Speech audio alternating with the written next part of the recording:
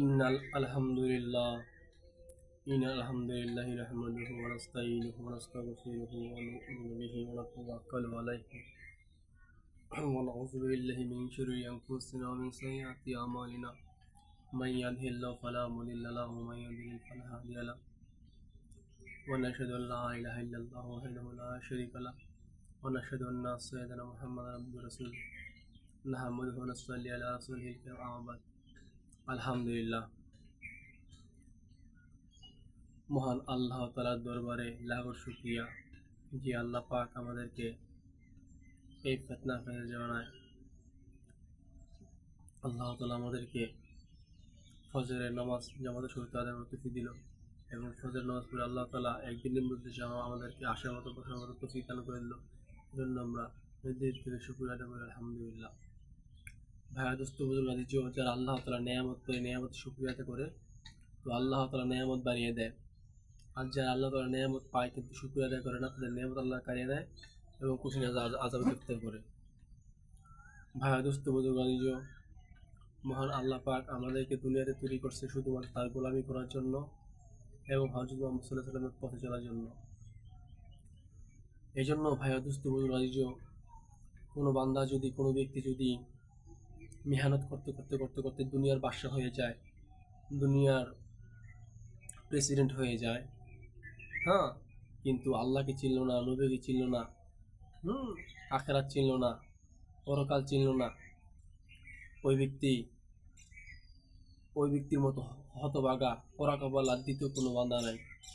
এই জন্য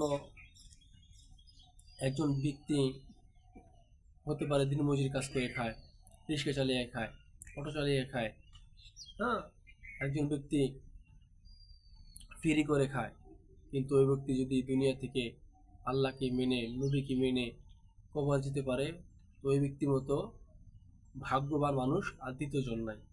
এই জন্য ভাইয়া দোস্ত বুজুর্গ আদিজ, মহান আল্লাহ তাআলা আমাদেরকে দুনিয়ার জমিনে তৈরি করছে তার গোলামি করার জন্য।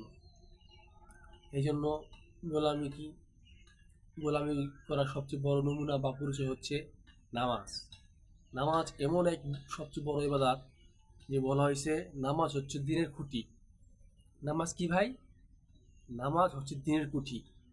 নামাজ আছে তো দিন আছে, নামাজ নাই তো দিনও নাই, দিনের থেকে বাইর হয়ে গেল।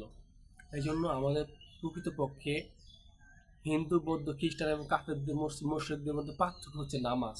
মুসলমানদের মধ্যে পার্থক্য হচ্ছে কি? নামাজ। নামাজ হচ্ছে সবচেয়ে বড় ইবাদত। যার নামাজ নাই তার ইমানের দাবি মূল্যহীন। সে ব্যক্তি মুসলমান থাকতে পারে না। এই জন্য নামাজ হলো প্রকৃতপক্ষে আমাদের সবার আগে নামাজ কমপ্লিট রাখা, নামাজ ঠিক রাখা।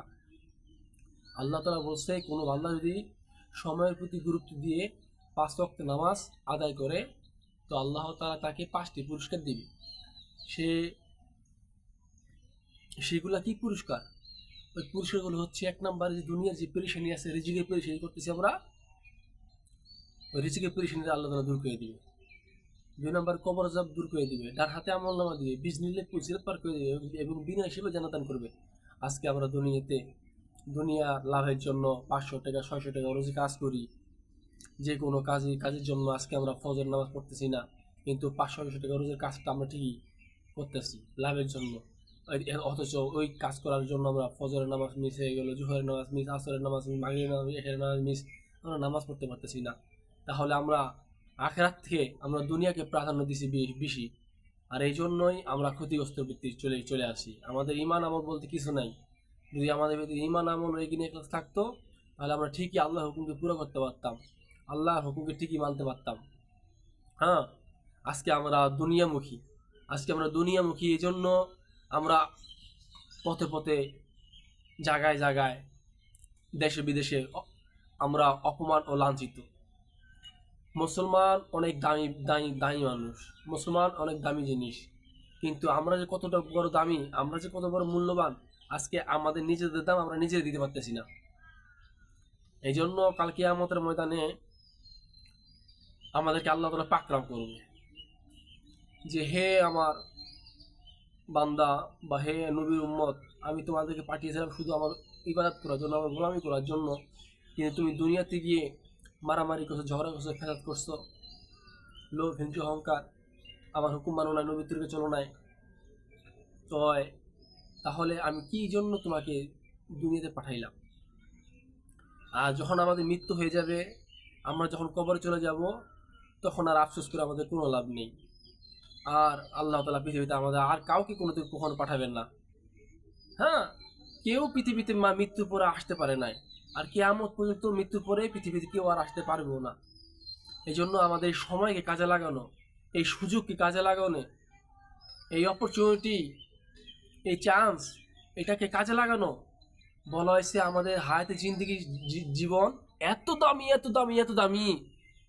বলা হয়েছে আমাদের হায়াতে জিন্দিগির সময় এত দামি, জীবন এত দামি সময়, যে বলা হয়েছে কোনো বান্দাদেরকে যদি এই দুনিয়ার হায়াতে জীবন এত দামি সময়, যে বলা হয়েছে কোনো বান্দাকে যদি বলা হয় 1 ঘন্টার ভিতরে এমন একটি ঘর আছে বা একটি কূপ আছে, এই কূপ বা ঘর থেকে 1 ঘন্টার ভিতরে যত বস্তা টাকা বের করতে পারবে, সব টাকা তোমার হয়ে যাবে। তাহলে ওই 1 ঘন্টা সময় কত বড় গুরুত্ব হতে পারে, কত বড় দামি সময় হতে পারে। ঠিক তার চেয়েও আমাদের এই জিন্দেগির হায়াতে জিন্দেগির সময়টা তার চেয়েও বেশি দামি। সুবহানাল্লাহ। এই জন্য ভাইও দুস্তু বুজুর্গ আদিজ, আমাদের সময়কে কাজে লাগাতে হবে। আজকে আমরা হাটে বাজারে চলাফেরা, কথাবার্তা, বন্ধু বান্ধবের সাথে কত কথা বলতেছি, অথচ এই কথা বলে তোমার কি লাভ? আজকে আমরা যদি জিকির করি, কালকে আমাদের ময়দানে বান্দা জান্নাতে যাওয়ার পর আফসোস করবে, যে বলবে দুনিয়াতে যদি আমরা ওই সময় ওই কথাগুলো না বলে আমরা এমন জিকির করতাম, হ্যাঁ, ইবাদত করতাম, এমনকি আমরা কোরআন তেলাওয়াত করতাম, তো মানুষ আফসোস করে আর বিকল্প কোনো রাস্তা থাকবে না। অযথা আমরা কত কথাবার্তা বলি না, আমরা অযথা কত কথাবার্তা বলি। সুতরাং এই কথাগুলার জন্য আমাদের হায়াত কাটা